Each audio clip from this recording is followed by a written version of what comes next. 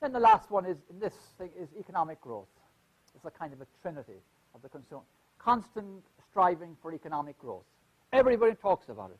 And even in New York, we need now to have about 4% global annual growth in GDP or in GNP so that we can lift all these countries out of poverty, so that we would have money available for the various funds we need, etc., etc. That's now again. Jim did mention in the early part or the middle of the beginning of the 1970s a beginning to be an understanding that we can't continue to have expanding growth on a finite planet.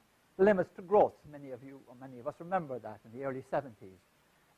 Again, I discuss it in much greater detail in the paper.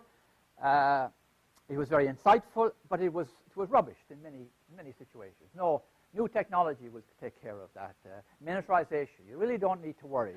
And it certainly didn't get the attention it deserved.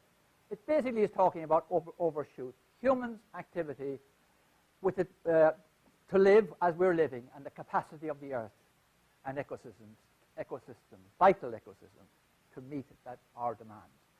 And they're becoming less and less. And issues that we find extraordinarily difficult to deal with, like irreversible damage.